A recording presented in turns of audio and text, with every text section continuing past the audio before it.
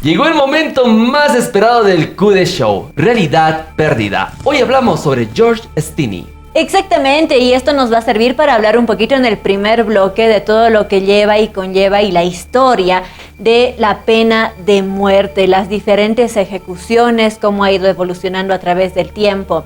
Si hablamos un poquito de George Stinney, que lo vamos a abordar ya en el segundo bloque, vamos a hablar de esta persona, un muchacho de 14 años, proveniente de una familia bastante humilde, nos situamos en el año 1944, que pasa a ser un referente porque fue el hombre, el muchacho más joven al que se le dio la pena de muerte por medio de la silla eléctrica, y que después de muchísimos más años su familia logra abrir nuevamente este caso y demostrar que él era inocente y que por lo tanto murió por una pena que nunca cometió.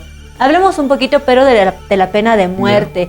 Básicamente este tipo de condenas se dio pues desde el mismo inicio de la humanidad, o sea, realmente siempre ha existido los condenados a muertes, solamente que las variaciones han ido cambiando y las estipulaciones de la ley, estos famosos delitos capitales también han ido evolucionando con el tiempo. Hoy en día Amnistía Internacional es una organización que se encarga en tratar de hacer que ya no existan gobiernos ni estados que tengan esto dentro de sus códigos penales. Hoy en día, más de la mitad de países del mundo ya abolieron por completo la pena de muerte. Son solo algunos países los que todavía siguen ejerciéndola, siendo China el país que más ejecutados tuvo el año pasado, con más de 1000 ejecuciones. En algunos países en los que esto todavía se encuentra vigente, se están tratando de hacer diferentes abrogaciones, tratando de tener una nueva oportunidad para los condenados o tratando de retrasar esto. En Estados Unidos, en muchos estados todavía sigue vigente la pena de muerte, solo que ha ido evolucionando, ¿no? Por ejemplo, en 1800, por así decirlo, la pena de muerte más de moda, digamos, o la forma de llevarla a cabo más de moda que estaba en ese momento, era la de morir en la horca, ¿no? Por medio del ahorcamiento. Es por eso que mueren de esta manera nuestros protomártires de la independencia. Posteriormente, debido a que muchas personas veían que el ahorcamiento era realmente cruel, ¿no? Porque no sé si lo hablamos acá o lo hablamos en el Despiertos de Mañana, pero celebrando el 16 de julio, nosotros leímos una crónica bastante extensa de cómo se vivió la ejecución de los protomártires de la independencia, ¿no? Como en Plaza Murillo había gente llorando por todo lado, cómo Pedro Domingo Murillo se despedía de su hija, cómo fue básicamente todo el proceso, y realmente con esta crónica tú te sentías muy tenso. Eran jornadas realmente que traumaban a la gente. Entonces, como los estados siempre van buscando formas más rápidas, entre comillas, indoloras y más económicas, más o menos por 1900 se le dice a alguien que por favor empiece a desarrollar otra técnica para la pena de muerte, en este caso el desarrollo de la silla eléctrica. Muchas personas piensan que Thomas Alva Edison es el creador o el desarrollador de esto. No es así, fue un empleado que trabajaba para Thomas Alva Edison, que primero, acá existe un dato bien interesante, y es justamente esto de la guerra de las corrientes eléctricas.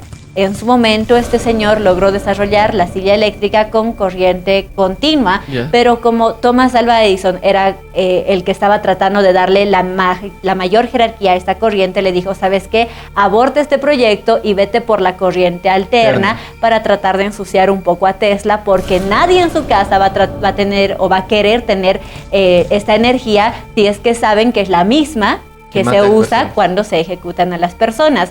Es así que este muchacho aborta ese proyecto y logra, después de muchísimos experimentos y de muchísimas pruebas, desarrollar una silla eléctrica que utilizara la corriente alterna. En medio de esto se hicieron muchos y crueles, súper crueles test con diferentes animales, llegando a ejecutar incluso a un elefante de un circo, descargándole más o menos unos 20.000 o más de 20.000 voltios y prácticamente dejándolo achicharrado. Una vez que la gente dice, bueno, ya, ahora sí funciona esta silla eléctrica, empezaron a hacer la prueba ya en personas que estaban condenadas con este por diferentes delitos que usualmente eran la violación, los robos, los asesinatos en todas en todas sus características: feminicidio, infanticidio, parricidio, ¿verdad? Entonces llega el día en el que se pone al primer muchacho en la silla eléctrica.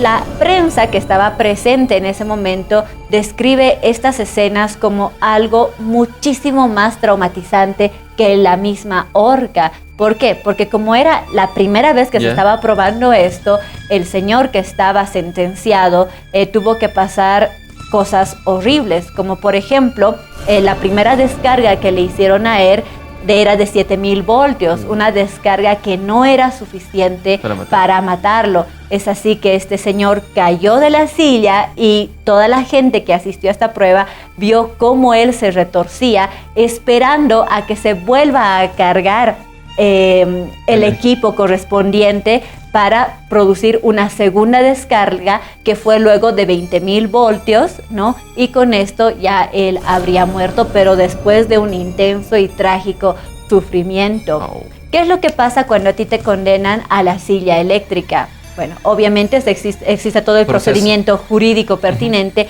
pero existe lo que le llaman el pasillo de la muerte, ¿verdad? Que son los últimos metros de la celda hasta la silla eléctrica. Acompañado, si no me equivoco, de un párroco o de un padre, ¿verdad? Exactamente, o sea, dependiendo de la fe que profeses, siempre hay alguien que te está acompañando. En este cuarto, posteriormente te estarían esperando, si es que Dios quiere, alguno de tus familiares, o más que todo las víctimas de tu delito, por así decirlo, porque se supone que tú puedes ver como una especie de ojo por ojo, ¿no? O sea, como que tú mataste, entonces ahora te matarán a ti y yo podré ver cómo es que te ejecutan. Entonces, una vez que tú recorres este pasillo, llegas a la pequeña habitación, lo primero que hacen es hacerte sentar.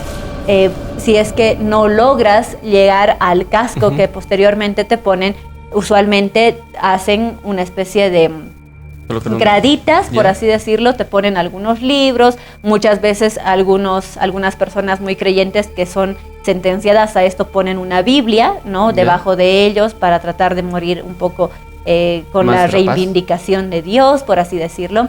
Y una vez que te sientas en la silla, te colocan electrodos a través de un casco en la cabeza y también en las piernas. Posteriormente te ponen grilletes en las piernas, te ponen grilletes en las manos. Antes de ponerte el casco te colocan en algunos casos una esponja con agua. Posteriormente te cubren el rostro. Algunas personas también ponen una especie de tapujo acá en la boca que puede llegar a ser una esponja o simplemente un pedazo de cuero, tratando de aplacar un poco los gritos que tú vayas a producir. La silla eléctrica consta de 3 pasos y de 3 descargas continuas. La primera de 8 segundos, en donde te descargan 20,000 voltios. Luego otra de 10,000 voltios que dura 10 segundos. Y la última de 20,000 voltios que vuelve a durar 8 segundos. Son 36 segundos continuos en los que tu cuerpo recibe de forma constante la energía eléctrica. Este proceso, el primer proceso de los 8 segundos, es para que directamente se te pare el corazón, se te destensen todos los músculos y se te produzca una insuficiencia respiratoria. Y el proceso posterior es netamente, para aniquilarte. Muchas personas dicen que, por ejemplo, una vez que retiran el cuerpo, tú puedes encontrar la piel de los ejecutados pegada en la silla, totalmente achicharrada. Entonces, el proceso posterior de limpieza de la silla tampoco es muy agradable, debido a que muchísimas veces también las personas, al destensarse en los primeros segundos, llegan a defecar o llegan a orinarse. Cuando las descargas no son lo suficientemente bien ejecutadas, algunas personas han llegado, dicen que se les llegó a desprender la cabeza, que se les llegó a desprender los ojos, y existen realmente muchas anécdotas en todo esto que son para que la piel se te ponga de gallina. Debido a esto, a que muchas personas consideran que la silla eléctrica es muy cruel, ¿no? A mediados de 1950 se dice que se invente nuevamente o que se haga una investigación para ver una nueva forma de ejecución. Es ahí cuando de 1950 hasta 1990 más o menos se pone muy de moda la cámara de gas. otro modo de tortura también para matar a las personas. Claro, pero que algunos lo consideran un poco más piadosa, que vendría esto directamente de la Segunda Guerra Mundial. Te cierran en un cuarto, claro, te echan gas y... Claro, usualmente te echan nitrógeno, entonces ahí mueres. Como esto también las personas pensaban que era muy costoso el hecho de ensamblar la cámara, de hacerla funcionar, de tener a gente ahí operando, es así que en la década de los 2000, más o menos finales de los 90, inicios de los 2000, se pone, entre comillas, muy de moda la famosa inyección letal, que esta inyección letal es una combinación de 3 sustancias. La primera que supuestamente te induce a un sueño profundo y las otras 2 que ya te hacen dar un shock en todo el organismo y la tercera de la descompensación. Recientemente se dio un caso muy interesante en la que hace algunos años atrás, en 2015, un reo prefirió morir en la silla eléctrica que con la inyección letal. ¿Por qué? Porque en Estados Unidos la empresa que fabrica la primera sustancia que te hace dormir había dicho, ¿saben qué? No queremos para nada que nuestra sustancia se utilice para la ejecución de la pena de muerte, entonces no la vamos a proveer para nada y por lo tanto no la vamos a vender más al Estado. Entonces, sin ese líquido, la inyección sí se vuelve dolorosa, porque la idea era justamente que tú duermas tan profundamente que no llegues a sentir dolor. Pero como ya no tenías esto, pues sentías absolutamente todo lo que estaba sucediendo en tu cuerpo, y las personas que testificaban haber visto cómo morían estas personas se daban cuenta que estaban sufriendo un proceso sumamente triste, ¿no? Por más de que estuvieran pagando alguna condena. Ese es un poquito del resumen de las penas de muerte, de cómo se hacen y básicamente de cómo han ido evolucionando a través del tiempo. Después del preámbulo, la introducción a este tema, hablamos de la historia de George. Exactamente, George Stinney es un muchacho que pasa la historia por lo que te había comentado en el primer bloque, por ser la persona más joven ejecutada en una silla eléctrica en Estados Unidos. Es la persona más joven y la última persona. En aquellos momentos, este estado, el estado de Carolina del Sur, podía ejecutar a personas de 14 años en el Código Penal. O sea, a los 14 años tú ya tenías la edad suficiente para llevar procesos penales y poder tener una sentencia y que se te castigue por algún crimen cometido. Es por eso que se da esto también. Posteriormente incrementa en la edad prácticamente en todo territorio estadounidense. 18. Y por eso se cierra absolutamente ese ciclo o esa etapa de la ley de Estados Unidos. George Stinney hoy en día se puede decir que tiene su nombre reivindicado debido a que hace años atrás su familia, la familia, sus hermanos que todavía estaban vivos, dijeron, nosotros sabemos que George es inocente, por lo tanto en Estados Unidos tú puedes, en algunos estados, tú puedes pedir a que se abran ciertos casos. La jueza logró abrir este caso y después de varias pericias y varias declaraciones que en su momento no se pudieron dar, lograron determinar que George era inocente. George tuvo la mala suerte de ser una persona afroamericana en ese tiempo, donde el racismo estaba muy bien implantado. Tuvo la mala suerte de encontrarse en el peor momento, en el peor lugar, y de ser tan inocente, de comentar algo súper chiquito que luego las autoridades lo convirtieron en algo muy grande y lo terminaron incriminando. ¿Qué es lo que sucede? ¿Qué pasó? Un día George estaba paseando muy feliz con su hermana. O sea, realmente era un día que se pintaba sumamente normal. 1944, el mundo está hecho un caos, la Segunda Guerra Mundial está en desarrollo, pero como Estados Unidos estaba pintándose como gran potencia, empezó la migración de campo a ciudad, pero no para todos, ¿no? Sino que los campesinos en ese entonces afroamericanos se quedaban en los campos a cultivar el algodón. Se presume que de ahí viene el origen de la familia de George Stinney, porque no se sabe muchos detalles previos, solamente lo del caso, ¿no? Un día él se encontraba con una de sus hermanas en el campo y ven que dos niñas blancas están con sus bicicletas y les preguntan, ¿ustedes saben dónde podemos conseguir tal planta. Lo que pasa es que las niñas blancas habían ido a recorrer toda la ciudad para encontrar las flores más hermosas, arrancarlas y llevarlas como una ofrenda a su iglesia. En ese momento, la ciudad en la que se desarrolla todo esto, así como en La Paz en su momento y otras ciudades alrededor del mundo, se encuentra dividida ya por una parte para los blancos, una parte para los negros. En este caso, era una riel la que dividía la ciudad. Entonces, las niñas estaban por la riel, en su sector, y George y su hermana en su sector, detrás de la riel. El muchacho les dijo, ¿saben qué? No sé dónde pueden encontrar esas flores. Y ahí escucha que una de las chicas le dice a la otra, creo que existe esta flor que estamos buscando un poco más allá del estanque, por así decirlo. Entonces, ellas se van. Resulta que ese mismo día, a las 6 de la tarde, el padre de una de las muchachas sale a gritar el nombre por todo el pueblo, queriendo hacer que las chicas vuelvan a la casa. Ya había pasado más de las 6 de la tarde, ellas habían salido en la mañana y nunca volvían. El padre, todo desesperado, llama a la policía, y como eran niñas blancas y obviamente la prioridad era encontrarlas, todo el pueblo empieza a buscar. En eso, una señora va a la casa de los Stini y les comenta, estas chicas pues no aparecen, no las vieron, y el papá de George les dice, no, para nada. Cuando él vuelve a ingresar a la casa, George le pregunta, ¿qué te dijeron? Y el papá le dicen, hay 2 chiquitas que no aparecen. Y le dice, ¿y cómo eran? Y les da la descripción. Yo las vi, papá, te cuento que las vi esta mañana y dijeron que iban a estar en el estanque. El padre se dirige a la policía y le cuenta a la policía lo que su hijo les había dicho. Justo paralelamente en ese momento, un señor blanco logra ver que había un vestido floreado en el estanque. Y él dice, tal vez es un vestido que el viento se llevó y lo puso ahí. Se acerca para tratar de recuperar el vestido y ve que había mucha sangre en el estanque. Cuando da el aviso a la policía, ellos se dan cuenta que los cuerpos de las niñas estaban sumergidos en el estanque con una herida fatal, ambas en su cabeza.